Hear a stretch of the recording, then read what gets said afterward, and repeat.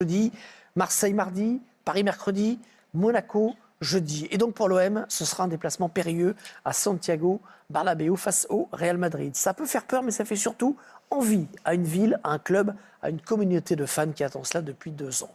Clément Crépu. Real Madrid, Marseille, c'est mardi, première journée de Ligue des Champions et quelle affiche! Le Real de Zidane, Ronaldo et Beckham face au Marseille de Drogba, Bailly. Ah, on me dit que j'ai 22 ans de retard. Nous sommes bien en 2025 et avant d'affronter le Real Madrid mardi, Marseille a battu ce week-end Lorient 4-0. La squadra è forte, molto forte, e andare a Madrid con l'umiltà, però con l'umiltà ma anche avendo l'ambizione. Ambition, humilité, c'était un peu le doublé gagnant des mots les plus utilisés cette semaine à Marseille. Une saison excitante nous attend. À nous de la construire ensemble avec ambition, humilité, engagement et rigueur. Une nouvelle saison qui démarre donc maintenant avec une équipe au complet et une nouvelle recrue très polie. Bonjour à tous. Bonjour.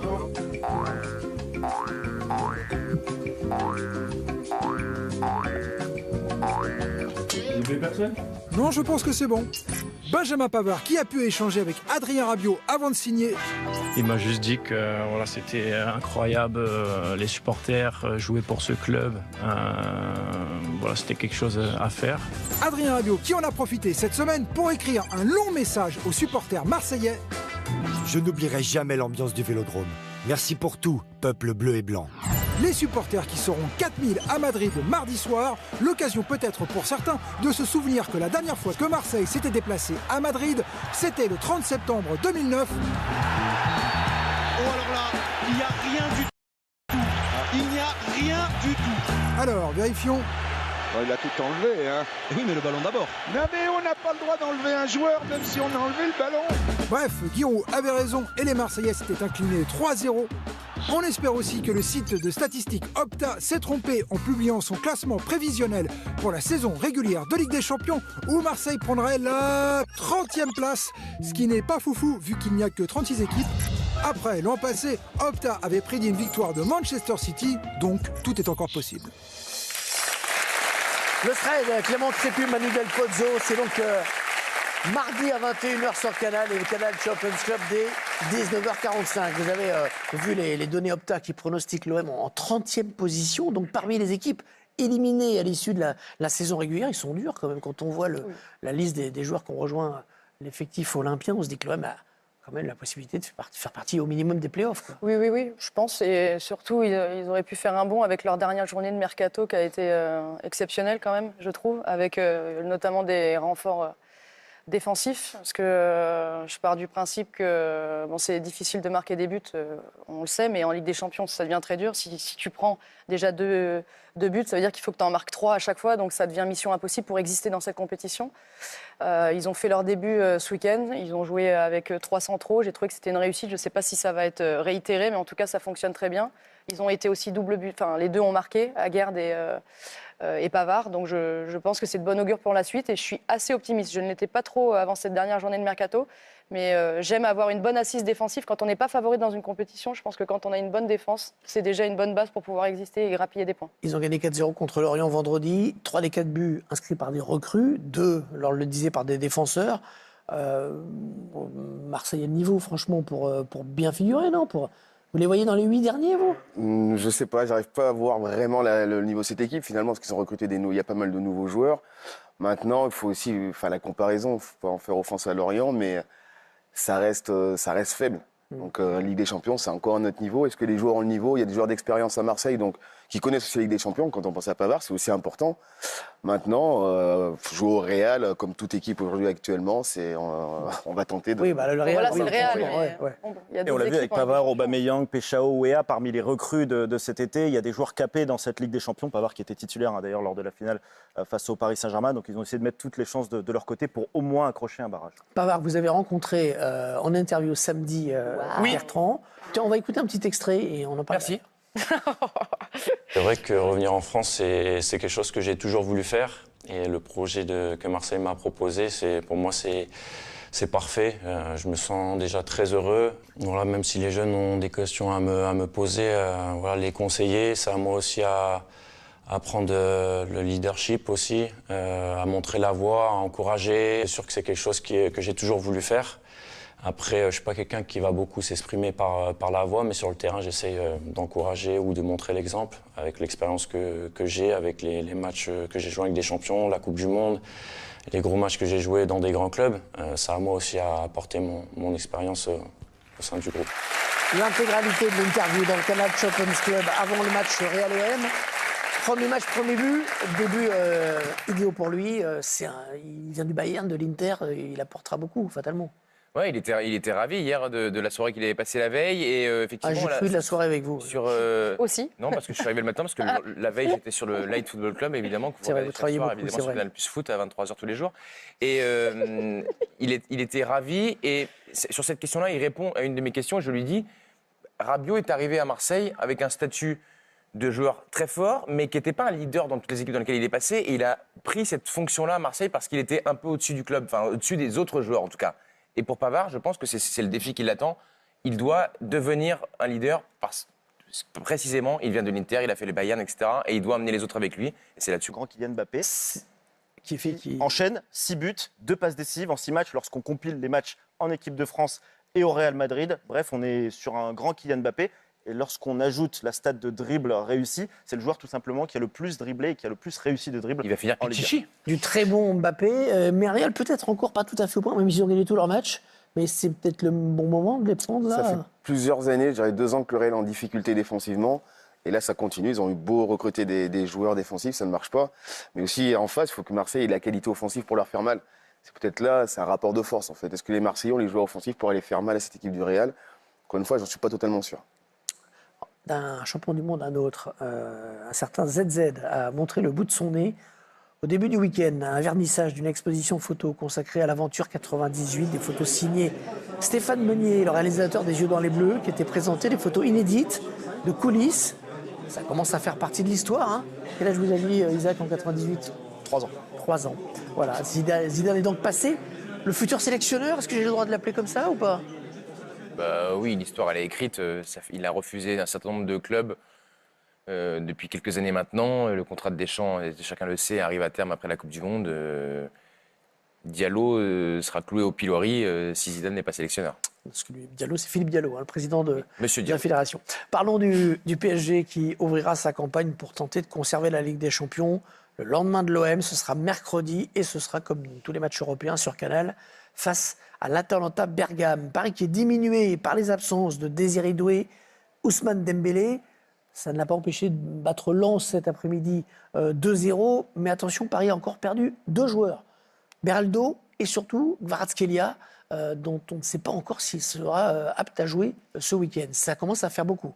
Oui, c'était prévisible. Hein. Je pense qu'on avait déjà eu cette discussion après la finale de la Super Cup où on se disait qu'il y aurait certainement un début d'hécatombe, mais ça arrive plus tôt que ce que je pensais, mais c'est pas très grave. Je pense que le PSG va pouvoir s'adapter, déjà parce que le calendrier de la Ligue des Champions est abordable. Contre l'Atalanta, ça devrait aller. Et puis ils ont Barcola qui est en pleine forme surtout, donc je pense que c'est lui qui va pouvoir faire briller cette attaque parisienne, et c'est lui qui a été brillant aujourd'hui aussi. Kang-in Lee est sorti également sur blessure. Est-ce que, à quoi va ressembler l'attaque du PSG mercredi, cet après-midi? C'était Paoletta devant. C'était Kvaratskhelia, Ramos, Barcola. Kvaratskhelia donc blessé et qui est incertain. Ramos qui n'a pas été énorme. Qu'est-ce que Luis Enrique peut construire comme attaque mercredi? Pas forcément le choix. Après Kvara, il me semble que c'est plutôt un coup. Ouais, je pense que ça devrait passer. Donc, une grosse entaille, mais il se plaignait du mollet aussi. Oui, c'est un coup sur le mollet, donc ça devrait aller. Après Ramos, il faut aussi qu'il reprenne du temps de jeu, qu'il se réadapte, qu'il s'adapte tout court à ses coéquipiers. Les Barcola, comme on l'a dit précédemment, c'est le factory, c'est le joueur qui fait les grosses différences aujourd'hui à Paris. Donc oui, je ne vois pas d'autre solution que cette attaque pour l'instant. J'en ai vu Mayolo qui est entré en jeu. Je pense que c'est dommage, il revient de blessure, mais en tout cas, il avait déjà joué à numéro 9 à la Coupe du Monde des clubs et il avait été plutôt bon. J'ai trouvé Ramos encore trop discret aujourd'hui. Donc moi, je pense qu'il n'a pas marqué spécialement de points et je vois bien une petite surprise, soit Mbaye sur le côté ou soit un autre jeune. Barcola était l'homme du match et il a marqué 2 buts magnifiques, des buts de frappe de loin, une en lucarne, une à ras de terre.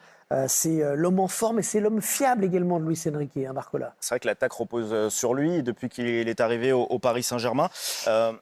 à partir de la saison 2024-2025, il n'a tout simplement pas raté un match, si ce n'est celui face à l'Atlético de Madrid en Coupe du Monde des clubs. C'est le seul match manqué depuis le début de la saison 2024-2025. C'est le joueur qui joue le plus de matchs sous Luis Enrique. Et en plus, avec des statistiques de 24 buts et 22 passes décisives en 69 matchs. Et il est frais physiquement. Il a du peps, parce que je pense qu'il a un peu moins joué la saison dernière. Voilà, donc il a plus de gaz. Et en équipe de France, je l'ai trouvé aussi excellent. Donc tant mieux pour le PSG. Ouais. C'est à tout mettre contre l'Atalanta mercredi? Bah oui. Aujourd'hui, oui, l'attaque parisienne se repose essentiellement sur ce joueur. Il est passeur, il est buteur. Surtout, comme tu l'as bien dit, il provoque. Et j'aime beaucoup sa façon de provoquer sur ses prises de balles. Il fait reculer une défense. Et voilà, à mon avis, c'est surtout Ramos qui va devoir, ou ses coéquipiers, s'adapter aux déplacements de Ramos, qui sont totalement différents de ceux de Dembélé. Donc le trouver dans cette position préférentielle. Il préfère être à gauche, Barcola quand même. Oui, ce qui est assez incroyable quand même, c'est que, déjà, ses 2 buts d'aujourd'hui, c'est quand il part côté gauche. J'ai remarqué que quand il joue à droite, il est en difficulté. Et Kvara, quand il joue à droite, il est aussi en difficulté. Donc il y a quand même ce léger problème tactique, entre guillemets, d'avoir un côté droit qui fonctionne moins bien quand Dembélé peut le faire ou Kvara peut y aller. Mais on va dire que c'est moins fluide, en tout cas, que quand c'est les joueurs à leur poste. PSG Atalanta, mercredi soir sur Canal. Je rappelle que le 3e club français, Monaco, jouera jeudi, puisque la Ligue des Champions se joue sur 3 journées, jeudi à 18h45. La semaine prochaine, c'est le grand retour de la Ligue des Champions. Et comme nous avons vu dans la vidéo, il y a un très alléchant Real Madrid Olympique de Marseille. Real Madrid Olympique de Marseille. Bon, l'affiche en lui-même n'est pas vraiment excitante. Parce que nous tous nous connaissons l'histoire de l'Olympique de Marseille en Ligue des Champions depuis des années.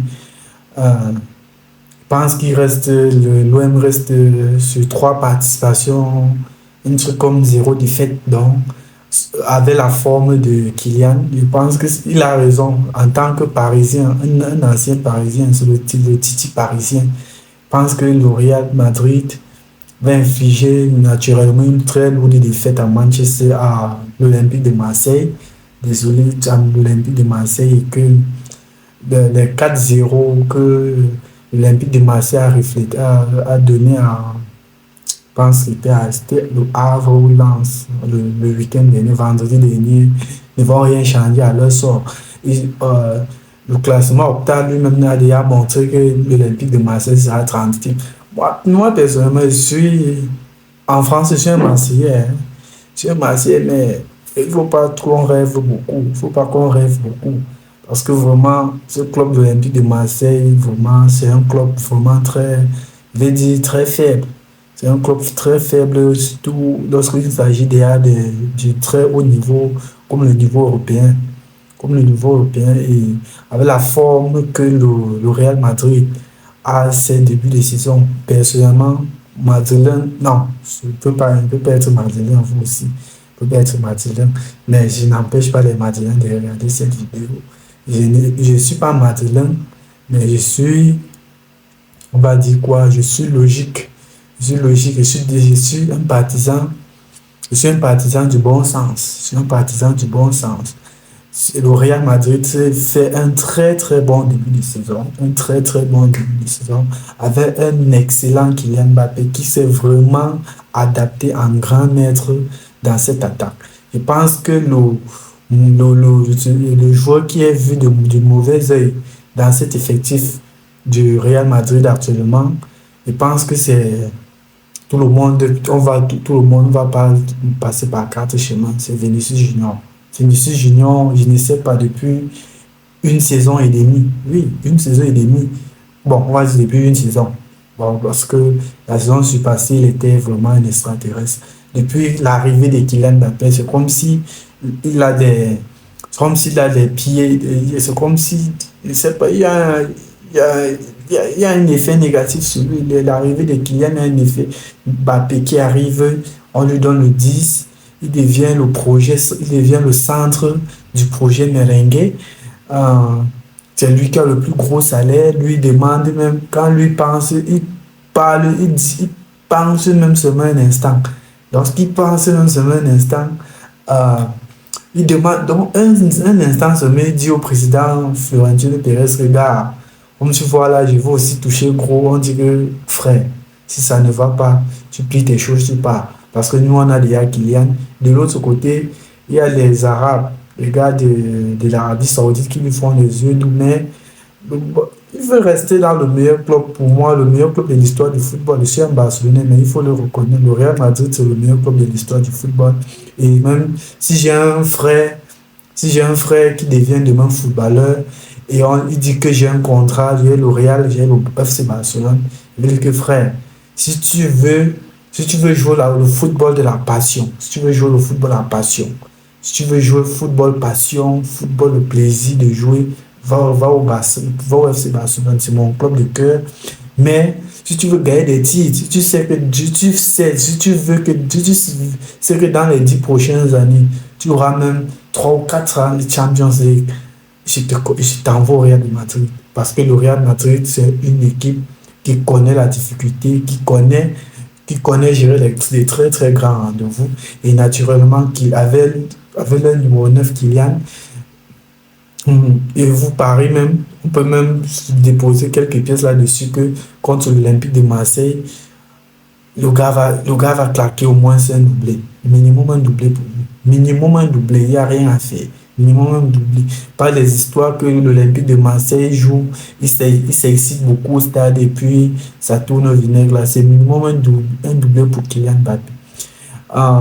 Concernant Vinicius, je pense que le match contre l'Olympique de Marseille, c'est une occasion pour Vinicius Junior. C'est une occasion pour Vinicius Junior, pour lui particulièrement. C'est une occasion pour lui de se remettre en lumière parce que vraiment, ce qu'il propose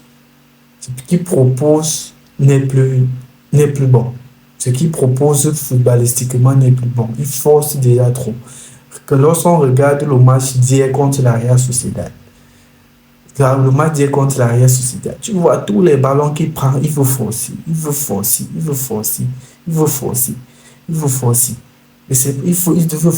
pense qu'il doit réapprendre à jouer simple. Il est en train de faire ce que Kylian faisait en début de saison passée, en fait. Kylian, en début de saison passée, lors de son arrivée au Real de Madrid, il jouait compliqué. Il ne jouait pas simple. Il jouait très, très compliqué. Il voulait se compliquer la tâche pour rien. C'est pas... Carlo Ancelotti, en mi-saison, lui a dit que, frère, joue le ballon simple. Fais ce que tu sais faire de mieux. Pousse, tu cours, tu marques. S'il y a moyen, tu fais la passe. Ne force pas le dribble, tu n'es pas un dribbleur. Et actuellement, on voit la palette technique de Vinicius. Il ne fait que diminuer. Ça diminue. Et c'est normal. La course qu'il faisait il y a de cela 2 ans, il ne peut plus faire la même course. Les défenseurs ont compris. Les défenseurs ont naturellement compris que lui, c'est un joueur de course. C'est un joueur que si tu bloques la ligne, tu mets un latéral un peu qui est rapide ou qui l'attend. Ou les blocs bas surtout. Les blocs bas, il ne va pas s'en sortir. Et lui, il force beaucoup. On a déjà compris que son même dribble ne passe plus. De l'autre côté, on a un Kylian qui, lui, il a décidé, il s'est transformé en numéro 9. Il ne veut plus rien comprendre. Les dribbles, là, pour lui, c'est ça. S'il essaie, si ça passe, tant mieux. Si ça ne passe pas, on peut attendre devant la surface. Et je sens que cette saison, vu sa forme, nous les Barcelonais, oui, bien sûr, je suis un Barcelonais, nous les Barcelonais en Liga, bon, on ne va pas avoir peur du Real quand même. Je voulais dire que nous, on doit avoir peur particulièrement avec Kylian, parce que dernièrement, on a gagné 4-3, le monsieur, je pense que le monsieur avait claqué 3 buts, il avait claqué un triplé dans un classico. Je pense qu'on n'en parle pas assez parce que dans ce classico, ils avaient perdu. Mais s'ils n'avaient pas perdu, vraiment, ça devait être... On ne devait pas respirer avec les merengues, on ne devait pas respirer avec eux. On ne devait pas respirer. Je sais, vous êtes très fort, vous faites trop le bruit. On ne devait pas respirer. Mais, vraiment, ce match contre Marseille, ça sera une preuve encore de la faiblesse de l'Olympique de Marseille en Ligue des Champions. Donc, score, bon, on va dire comme c'est le Real. Le Real Le Real sait d'être ainsi. Ils font seulement le travail. Donc, ils gagnent. Ils vont gagner. Donc, le score, c'est 3-0. 3-0, doublé de Kylian Mbappé. Concernant Rodrigo, dites-nous où est passé Rodrigo. Il ne joue plus. C'est comment? On ne le voit. On voit. C'est comment? Où est passé Rodrigo? Et mieux, il fallait les laisser partir, même à, je ne sais pas, même à